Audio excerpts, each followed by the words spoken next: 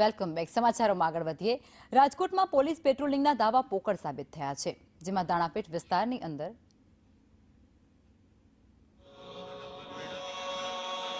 સોમનાથ સ્વાભિમાન પર્વની ઉજવણીમાં અખંડ ઓમકારનો જાપ કરાઈ રહ્યો છે. શંખનાદ સાથે 72 કલાકના અખંડ ઓમકાર જાપનો પ્રારંભ કરી દેવામાં આવ્યો છે. અગ્નિદેવની સાક્ષીએ સોમનાથમાં અખંડ ઓમકારનો નાદ ગુંજી ઉઠ્યો છે. ગુજરાતભરના 2500 જેટલા બ્રાહ્મણોએ ભવ્ય જાપનો પ્રારંભ કરાવ્યો છે.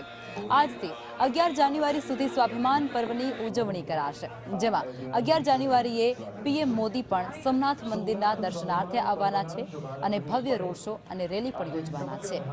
સોમનાથમાં સ્વાભિમાન પર્વનો પ્રારંભ થઈ ચૂક્યો છે.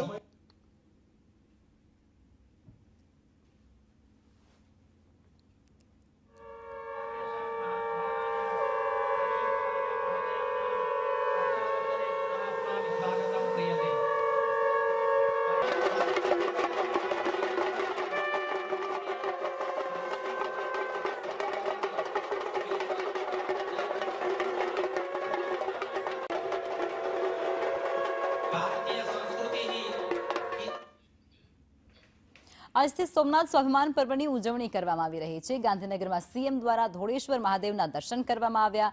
સીએમએ ધોળેશ્વર મહાદેવ મંદિરે પૂજા અર્ચના પણ કરી હતી. સોમનાથ મંદિર પર થયેલા આક્રમણના 1000 વર્ષ પૂર્ણ થયા છે. રાજ્યના 243 જેટલા શિવાલયોની અંદર 72 કલાક સુધી અખંડ શિવધૂન ચાલશે.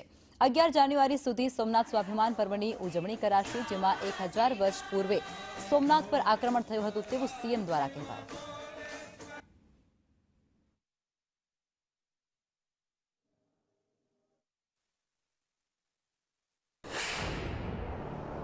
સોમનાથ સ્વાભિમાન પર્વની માન્ય વડાપ્રધાનશ્રીના નેતૃત્વમાં શરૂઆત થઈ છે. 72 કલાક ઓમકારનાદ થવાનો છે. 1000 વર્ષ પૂર્વે સોમનાથ ઉપર જે એટેકો થયા છતાં પણ આજે 1000 વર્ષ પછી પણ આપણી આસ્થા, શ્રદ્ધા, સત્યના પ્રતીક સમા સોમનાથ દાદાનું મંદિર આજે આપણી સમક્ષ ઊભું છે.